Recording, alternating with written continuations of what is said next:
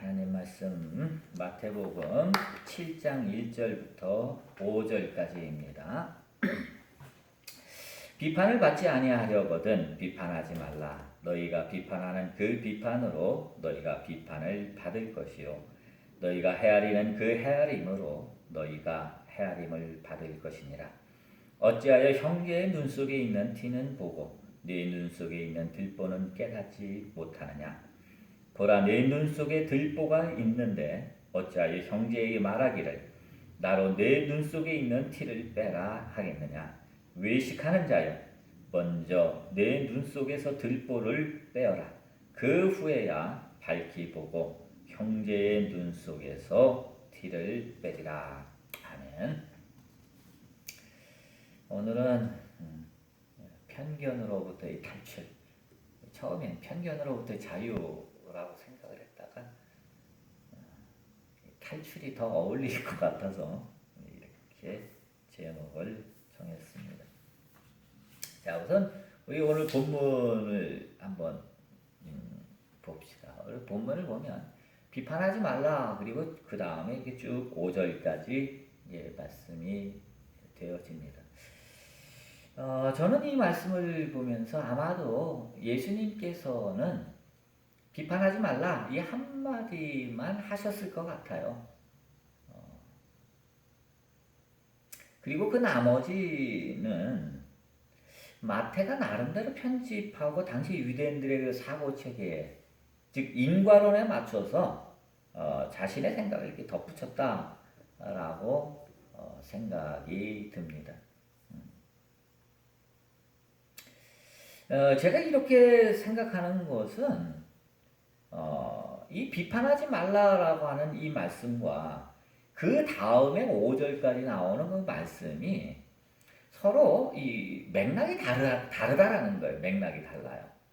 비판하지 말라라고 하는 것은 이건 비이원성이에요. 비인과론이란 말. 비인과론적인 비이원성을 말하는 거예요. 즉 우리가 누구를 비판한다라고 할 때는 비판하는 나와 비판하는 대상이 있단 말이에요. 그래서 이거 하지 말라는 거 아니에요.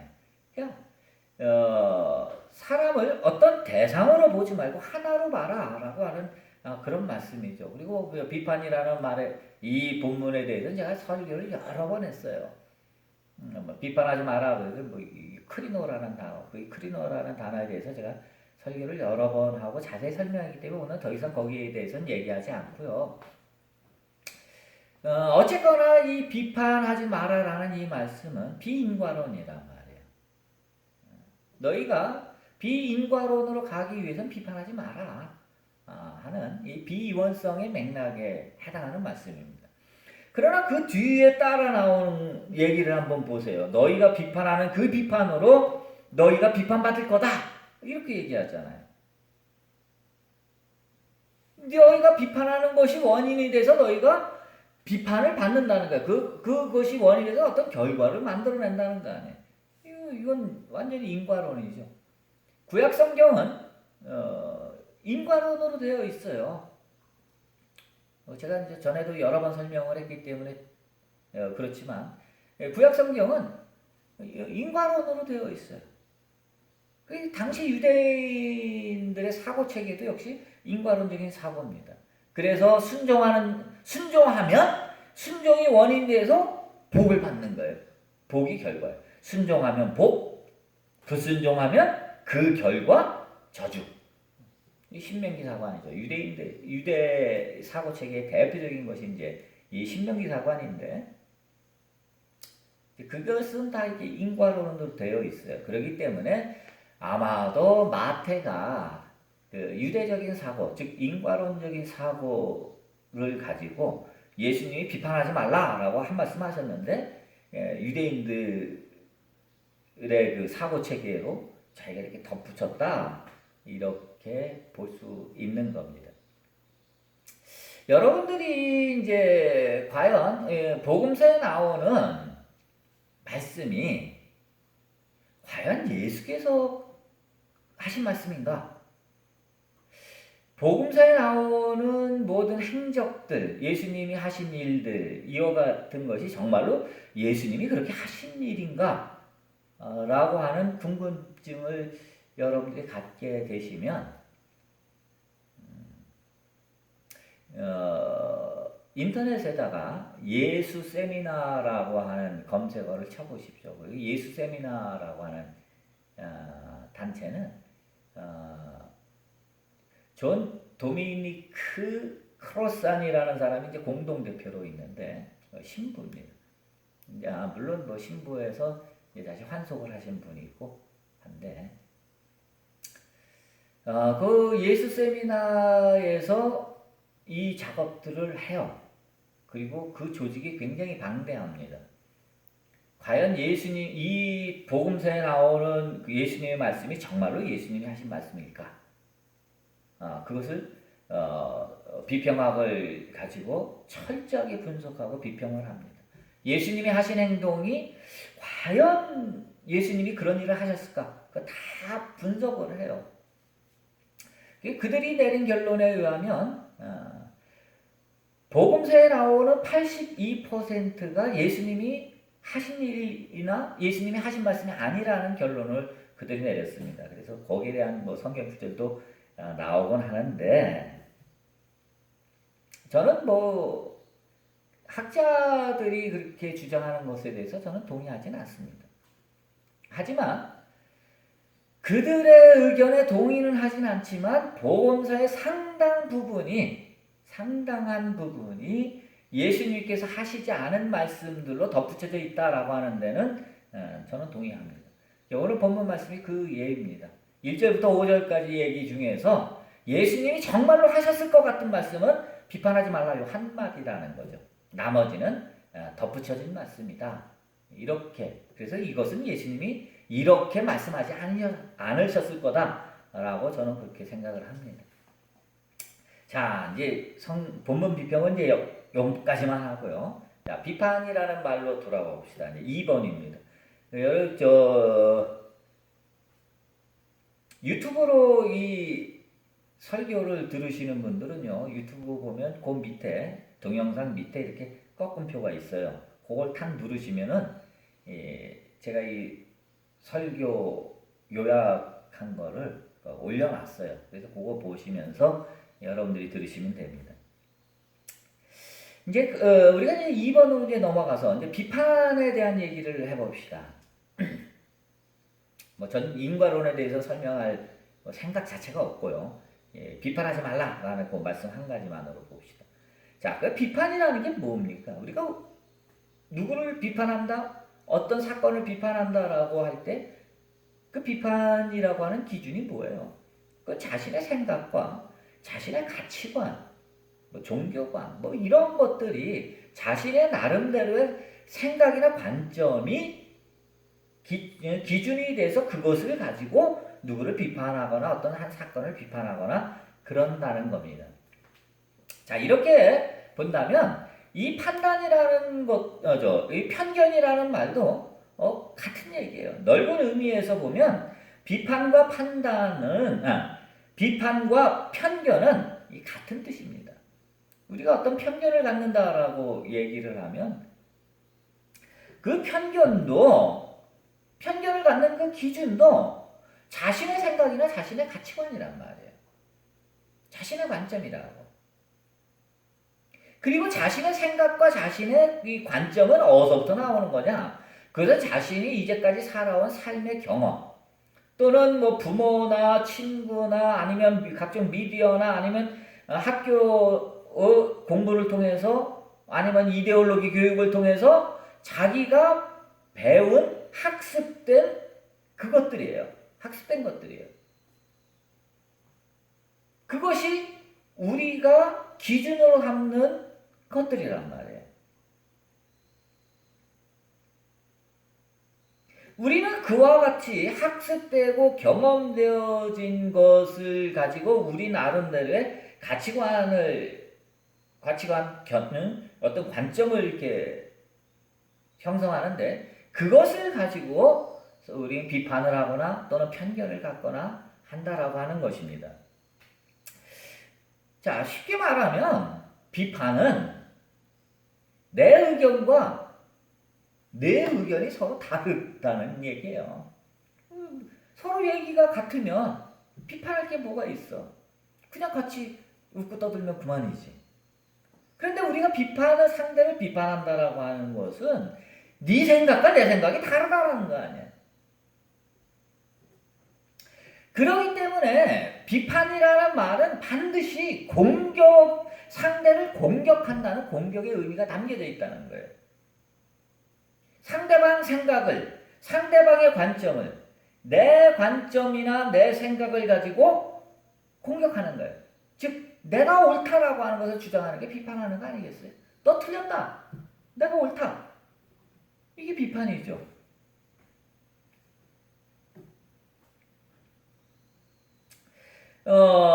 이와 같은 것은 아까도 얘기했지만 이러한 비판하는 거는요, 고착화된 자신의 선입견이나 즉 경험에 의한 선입견 또는 학습에 의한 선입견, 그런 선입견이나 이제까지 배워온 학습되어진 것들이라는 거예요.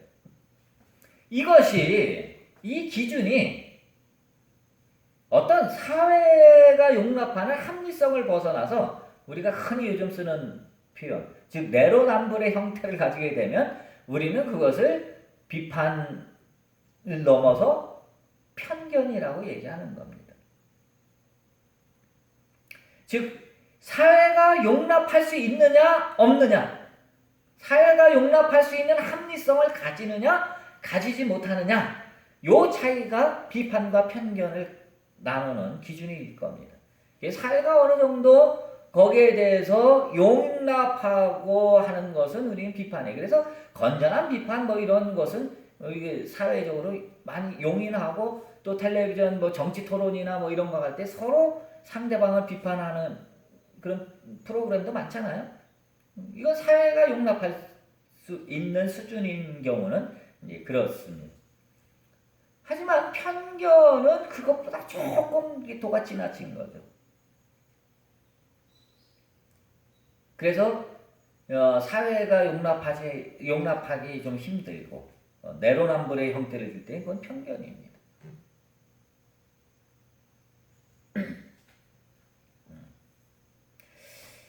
자, 그러면 이제 우리가 비판과 편견에 대한 얘기는 이제 그 정도로 하고요. 이제 본격적으로 편견에 대한 얘기를 한번 해봅시다. 이 편견이라는 말은요, 이제 글자 그대로 이 편견할 때 이 편자는 이게 치우칠 편자를 씁니다. 한쪽으로 이렇게 치우쳤다는 거예요. 치우쳐서 본다. 그게 이제 한문을 풀어서 편견이라는 낱말을 풀어서 보면 한쪽으로 치우쳐서 보는 것을 편견이라고 합니다. 즉, 왜 한쪽으로 치우치죠? 그건 내가 유리한 쪽으로 보는 거예요. 내가 편리한 쪽으로 보는 것을 말합니다. 이 편견을 갖는 것은 사실상 여러분들이 가진 것이 아닙니다. 이건 에고의 사고 체계는 항상 편견을 기초로 하고 있습니다. 이게 당연한 겁니다. 왜냐하면요, 인간은 어떤 새로운 사건을 맞닥뜨리게 되면 그것을 처음부터 끝까지 분석하려면 시간이 많이 걸려요. 그래서 인간은 어떤 상황이 딱 앞에 닥쳤을 때, 어떤 사람을 만났을 때, 어떤 사건이 생겼을 때 그것을 재빨리 판단을 해야 됩니다. 그것을 재빨리 파악하고 판단하고 분석하고 이게 적군이냐 아군이냐, 좋은 일이냐 나쁜 일이냐, 이렇게 빨리 결정을 내려야 돼요. 그런데 이 두뇌의 그 용량이 한계가 있잖아요. 어떻게 다 합니까? 인간 하나만 놓고 보다도 수많은 수억 수조 개의 변수가 있는데 그 모든 변수를 어떻게 다 검색을 합니까? 그러니까 인간은 내가 한번 경험했던 것을 이렇게 프로그램화해서 기억 속에 저장을 해놓습니다. 그래서 이러한 사건이 벌어졌을 때, 어떠한 사건이 벌어졌을 때는 과거에 그와 유사한 사건이 벌어졌을 때를 재빨리 기억해내고, 그리고 그 과거에 내가 그 사건을 처리한 것, 그 처리한 결과 학습되어진 그 기억을 가지고 현재 이 사건을 재빠르게 분석을 딱 하고 대처를 하는 겁니다. 이건 에고의 사고책이고 인간의 생존 본능에 속하는 겁니다. 그래서 인간은 항상 어떤 사람을 만나거나 어떤 사건에 부딪혔을 때 그와 유사한 과거의 사건 또 그와 유사한 과거의 사람들에 대한 경험들을 가지고 하는 거예요. 그러니까 이건 쉽게 말하자면 편견은 과거에 학습되어지고 경험되어진 것을 일종의 카테고리, 프로그램화 시킨 거예요. 범주화 시켰다는 거예요. 그래서 그 카테고리 속에서 A냐 B냐 C냐 뭐 이렇게 결정한다는 거죠. 그런데 문제가 있어요. 왜 문제가 생겨요? 이 과거의 이 경험 자체도 문제가 있지만 지금 이 순간에도 이 편견에 문제가 있다는 거예요. 왜냐하면 인간은 항상 시간과 공간 속에서 살아갑니다. 시간과 공간 속에서 살아가요. 그 시간이 흘러가죠. 어제 사건, 오늘 사건이 동일한 사건은 한 사건도 없습니다. 어제 만났던 사람과 그 사람을 오늘 만난다고 해도 똑같지 않아요. 사람은 항상 변합니다. 그렇기 때문에 어제의 친구가 오늘의 적이 되고 어제의 적이 오늘의 친구가 되는 일이 다반사잖아요. 어제 나빴던 일이 그냥 하룻밤만 지났을 뿐인데 오늘 좋은 일로 이렇게 다가올 수도 있는 경우가 많잖아요. 새옹지마라는 게 그런 거 아니겠어요? 지구력에도 뱉든다라는 그런 표현들이 그런 거라고. 그래서 인간은 항상 과거의 경험을 바탕으로 살아가기는 하지만 늘 새로운 것을 우리는 만나는 거예요. 그렇기 때문에 우리가 편견을 갖는다라고 하는 것은 애시당초 오류를 전제로 하지 않고서는 이 편견이란 말은 성립할 수 없는 거예요. 과거의 사건과 오늘의 사건이 다른 사건인데 그거를 과거의 사건을 바탕으로 해서 오늘의 사건을 이해하니 이거 오류죠 당연히. 왜? 오늘의 사건은 과거의 사건은 다른 거예요. 어제 만난 사람과 오늘 만난 사람이 다른 사람이야. 그렇죠. 그렇기 때문에 우리가 편견을 갖는다라고 하는 것은 당연히 오류를 전제로 하고 한다는 거예요. 그럼에도 불구하고 사람들은 편견을 갖게 되면 자신의 편견을 믿어버려요. 그래서 그 편견대로 행동을 합니다. 그러다 보니까 정말 많은 오류가 생겨나고 그 오류로 말미암아 많은 사람들이 상처를 받는 겁니다. 오늘 얘기는 이 편견에 대한 얘기를 쭉 했지만 이 편견이 이렇게 생겨나니까 이 편견을 우리가 극복해 나가는 그런 길을 우리가 한번 찾아보자라고 하는 것입니다. 자, 이 편견을 가지게 되면요, 비판과 마찬가지로 비판은 그래도 건전한 비판은 상대방을 공격을 하되 부드럽게 공격을 합니다. 차이는 있을지 몰라도 하여간 심야 시간에 하는 정치 토론을 한번 여야 이렇게 해갖고 진보 보수 나와서 정치 토론하는 것을 보십시오. 칼만 안 들었지 서로 말싸움 하잖아요. 상대방이 허점을 찌르고 그래서 네가 틀렸고 내가 옳다라고 하는 그런 얘기가 100분 토론에서도 나오잖아요. 100분씩 그게 토론할 일입니까? 그래서 비판이라고 하는 거는 공격하는 거예요. 공격. 에고의 모든 사고체계는 사실상 공격하는 겁니다. 편견도 마찬가지예요. 편견은 자기가 편견을 갖는 순간 알게 모르게 무의식적으로 하든 아니면 의식적으로 하든 편견을 갖는 순간 내가 바라보는 그 사람을 공격한다라고 하는 거. 그걸 잊으시면 안 됩니다. 그래서 편견을 갖는 순간 우리는 수많은 사람들에게 상처를 줍니다. 자, 예를 들어 봅시다. 개인적으로 보면요. 상대에 대한 선입견이 이제 이 편견을 갖는 아주 대표적인 우리가 가질 수 있어요. 과거의 경험이나 학습을 통해서 이제 우리의 선입견이 형성이 됩니다. 그 선입견 가지고 개인적으로 하는 얘기들이 많잖아요. 요즘 한참 시끌벅적한 그 페미논쟁 같은 거 다 선입견이죠. 그 다음에 젠더 갈등. 저는 이 젠더 갈등이나 페미 논쟁에 대해서 참 한심하다라는 생각을 갖습니다. 서로가 그냥 아주 그냥 날선 비판을 하고 하는데 그 다 편견이거든요. 한번 뭐 한 1년 전쯤인가 한번 텔레비전에서 이 젠더 갈등에 대한 토론회 하는 걸 한번 좀 본 적이 있는데 어떻게 여자들은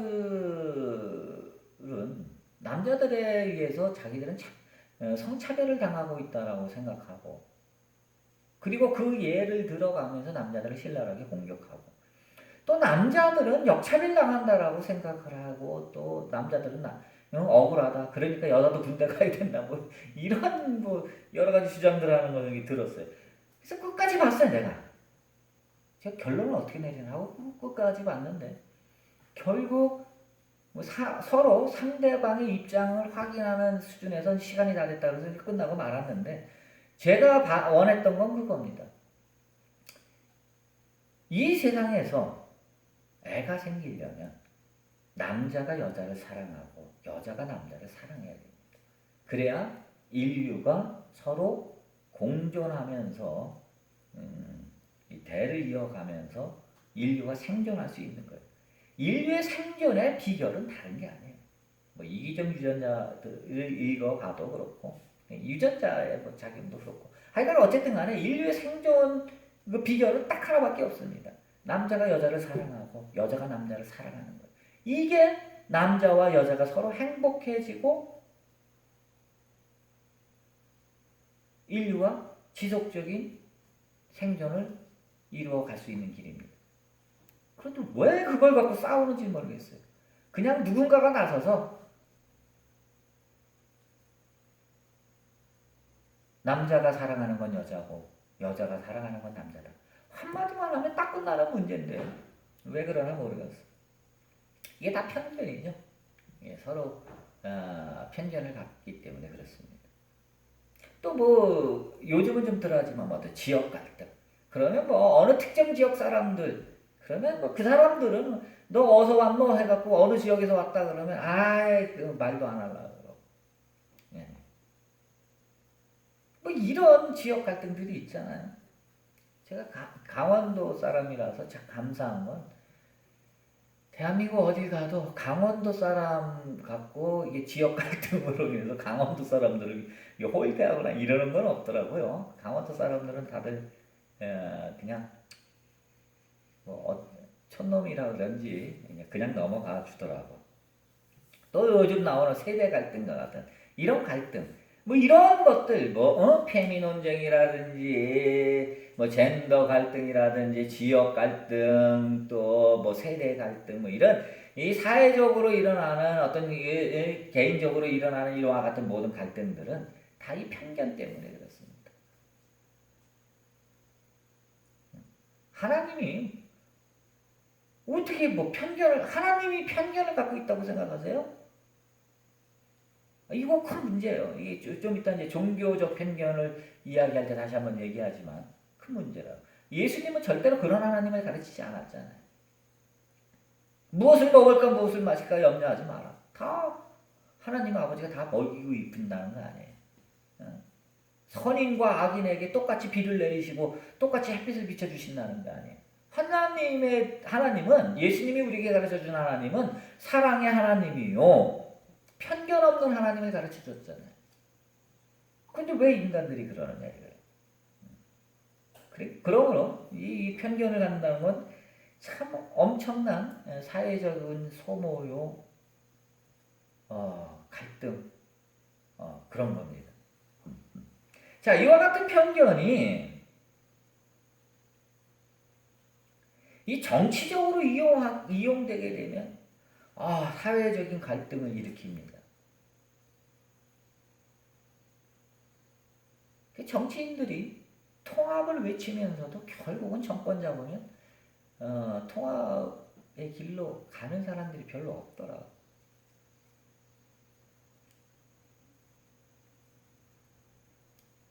정치 얘기는 하지 맙시다. 정치 얘기는 전 좋아하지 않기 때문에 그래요.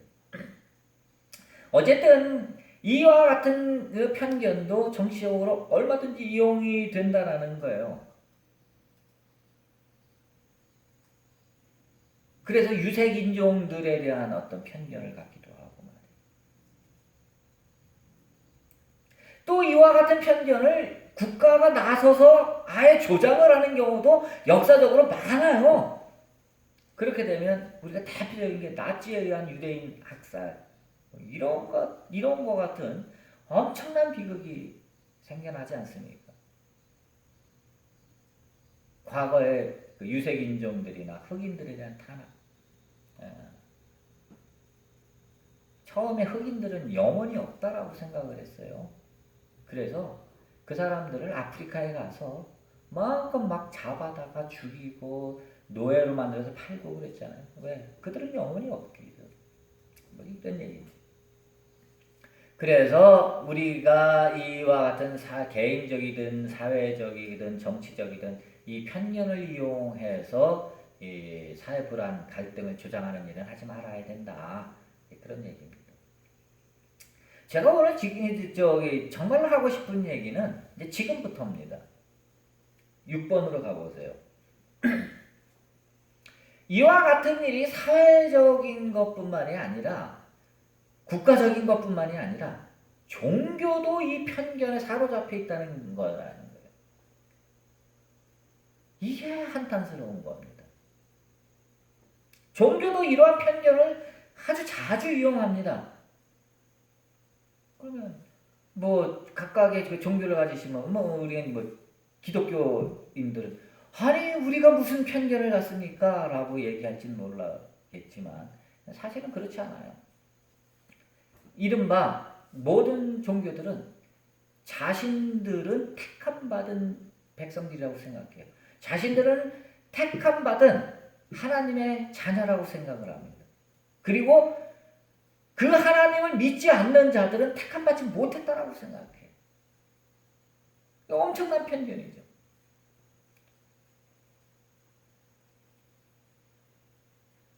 이른바 이 선민의식이란 말이에요. 이 선민의식은 엄청난 편견입니다. 이 선민의식으로 말미암아 택함받았다라고 하는 것. 그건 뒤집어 말하면 뭐예요? 내가 갖고 있는 이 종교의 신으로부터 내가 택함받았어. 그러면 그 안에 있는 사람들은 내가 택함받았으니까 얼마나 좋겠어요. 천국은 따는 당상 아니야. 그런데 뒤집어 말해봐. 그러면 택함받지 못한 사람들은 뭐지? 멸망의 대상이지 뭐. 택함받은 나는 천국이고 택함받지 못한 쟤는 지옥이지. 택함받지 못한 쟤하고 나하고 똑같이 천국 간다는 거를 기독교가 용인하냐고. 당연히 용인을 안 하지.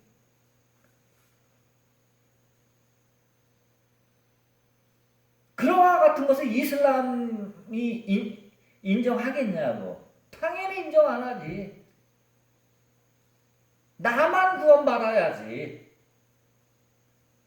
나는 믿는데 믿지 않는 죄까지 그냥 공짜로 구원 준다고 하면 억울하잖아요.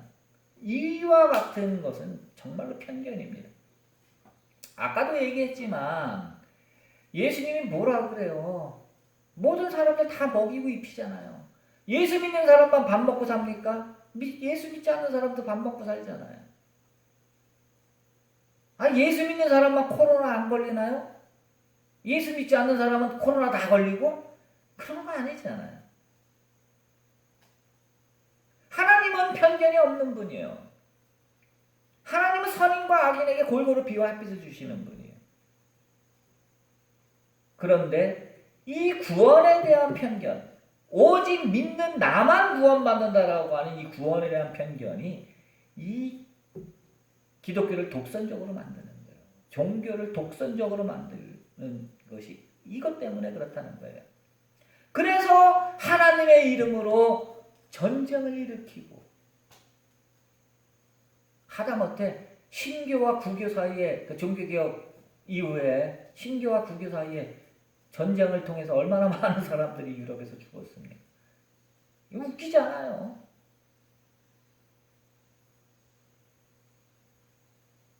이 종교적인 갈등 때문에 칼빈도 거기에 대해서는 자유롭지 못하잖아요. 같이 스위스에서 종교개혁을 했는데 처음에 제세례파들과 같이 했는데 제세례파들이 이 세례 다시 받아야 된다 그러니까 칼빈은 세례 받지 않아도 된다. 그래서 서로 갈등이 일어나서 결국 칼빈주의자들에 의해서 제세례파 사람들이 다 처단됐잖아요. 다 그래서 뭐 이거는 야사인데 제세례파들을 어떻게 죽였냐? 니들 물 좋아하니까 세례 다시 받아야 되니까 물 좋아한다. 너희들 물 좋아하니까 물에 들어가 죽어라. 그럼 물에 다 맞춰 죽였다는 거 아니에요. 이 종교적 편견이라고 하는 것이 이처럼 무서운 거예요. 눈 하나 깜짝 안 하고 저거는 멸망받을 저거 사탄의 자식이니까 저건 죽어야 된다는 거예요. 이와 같은 이 종교적 편견 이제는 벗어나야 합니다. 이거를 유럽이 먼저 알았죠. 유럽이 먼저 알아서 그들이 계몽주의 시대 이후에 그들이 이와 같은 그 종교적인 독선, 편견 이것을 이제 떨치기 시작해요. 그래서 계몽주의 시대 때부터 이제 무신론이 나오게 되는데 계몽주의 시대 때 나온 무신론은 그 세 명의 사기꾼이라는 그 스피노자의 정신이라는 익명의 저자가 쓴 그 책에 보면은 그래요. 이 종교라고 하는 것을 통해서 이 사기쳤다 이거죠. 그래서 그 무신론이에요. 그 무신론, 그 계몽주의 시대 때 나온 무신론은 실존주의적 무신론하고는 다른 거예요. 계몽주의 시대 때 나온 무신론은 어떤 인격신 그런 거 없다라는 거예요. 결국 그것이 이제 최후로 꼽힌 게 니체죠. 신은 죽었다. 그런 신은 없다. 그게 계몽주의 시대 이후에 나온 무신론입니다. 계몽주의 시대 이후에 나온 그 무신론에서 지적하는 것은 이와 같은 종교적인 편견에 사로잡힌 이와 같은 이런 신은 없다는 거예요. 이게 있을 수가 없지. 그와 같은 신은 생각을 해보세요. 예수님이 언제 그런 얘기 했어요? 응? 자, 7번으로 넘어가 봅시다. 7번. 언제 예수님이 예수님이 자기를 믿지 않는 자를 죄인이라고 규정한 적이 어디 나오냐고 성경에. 예수님이 그런 말씀을 하셨냐고. 나를 따르지 않고 나를 믿지 않는 자는 적대자로 규정해갖고 그건 처단해야 된다. 어디 그런 얘기가 나와요? 어디 예수님이 예루살렘을 성지로 만들었어? 예수님이 예루살렘을 성지라고 얘기한 적도 없는데 왜 사람들이 예루살렘을 성지라고 생각해서 십자군 전쟁을 일으켜서 성지 탈환해야 된다고 왜 그렇게 전쟁을 벌여? 말도 안 되잖아요. 그것도 예수 이름으로. 참 아이러니. 이게 종교적 편견이 우리에게 가져다주는 아주 어디 예수님이 원수를 사랑하라고 분명히 얘기하셨지. 원수를 처단하라고 어떻게 얘기하셨어요? 어떻게 하나님이 자기를 믿지 않는 자들을 영원히 꺼지지 않는 유황 불못에 집어넣는다라고 그러셨냐고. 예수님이 가르쳐준 하나님은 그런 하나님이 아니라고. 그런 하나님은 당시의 묵시문학의 영향을 받은 요한계시록에 나오는 얘기라고요. 그런 책은 보지 마세요. 어떻게 하나님은 사랑이시다라고 고백하면서 하나님이 전 온 세상을 창조했다라고 그렇게 얘기하면서 어떻게 하나님이 나만 구원한다라고 그렇게 깜찍하게 믿어요? 나만 구원하셨더라고. 진짜 그 깜찍한 믿음이에요.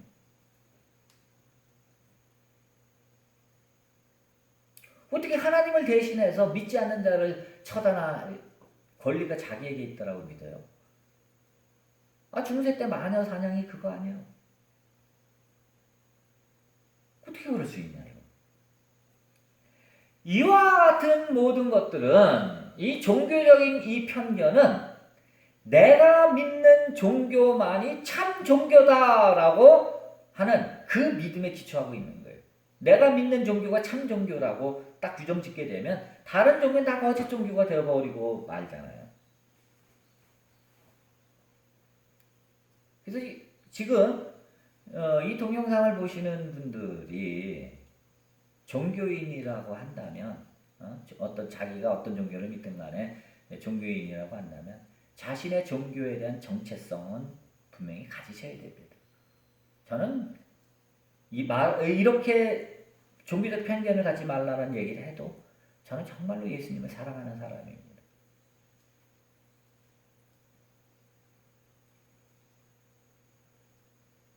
하지만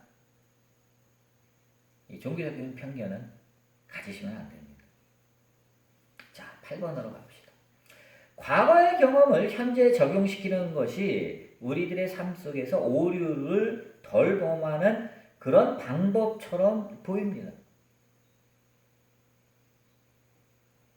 하지만 아까도 얘기했지만 똑같은 게 없기 때문에 모든 것이 새로운 것이기 때문에 시간을 매개로 해서 세상을 보면 모든 것이 새로운 것이기 때문에 그건 오류입니다. 그리고 그 오류는 상대에게 치명적인 상처를 줍니다. 그러므로 우리가 이 편견으로부터 탈출하려면 어떻게 해야 되죠? 간단하죠. 편견을 갖지 말아야 되죠. 그럼 편견을 안 가지려면 어떻게 됩니까? 모든 것을 있는 그대로 보는 겁니다. 이게 중요한 겁니다. 시간은 흘러가기 때문에 모든 사건은 처음 사건이에요. 내가 만나는 모든 사람들은 처음 만남이에요. 이게 중요한 겁니다. 내 과거의 경험으로 또 학습되어진 것으로 현재를 분석하고 판단하기를 멈춰야 됩니다. 그래야 우리는 비로소 편견으로부터 탈출할 수 있어요. 모든 것은 다 처음이야. 지금 이 순간 다 처음이야. 있는 그대로 보는 거예요. 자, 여기에서 우리는 영성으로 슈프트업하는 계기가 돼요. 자, 9번 마지막 9번으로 가봅시다. 모든 것을 있는 그대로 현재 사건으로 본다는 건 뭘 말하죠? 그것은 바로 오직 현재만이 진실이라고 믿는 거예요. 그리고 현재에 거주하는 거예요. 현재밖에 없지. 과거의 기억이나 학습되어진 것을 단절시키는 겁니다. 오직 현재밖에 없습니다.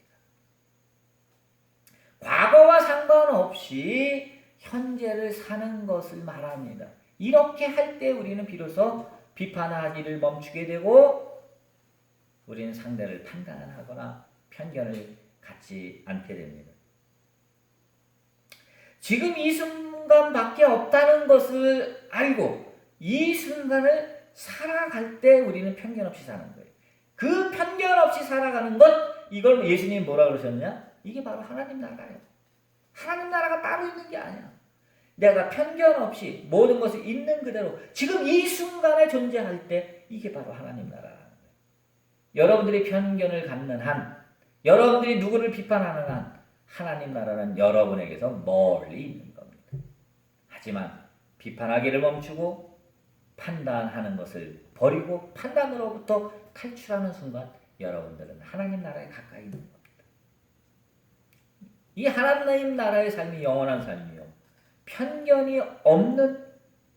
편견이 있을 수 없는 순수 의식입니다. 이것이 순수 의식이야.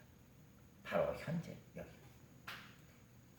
이 순수 의식으로 존재하기, 이것이 바로 편견을 탈출하는 것입니다.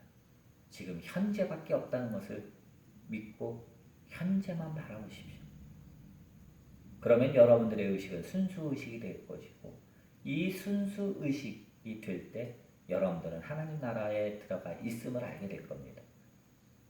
편견을 영원히 탈출하는 것은 이 길밖에 없습니다. 기도합시다.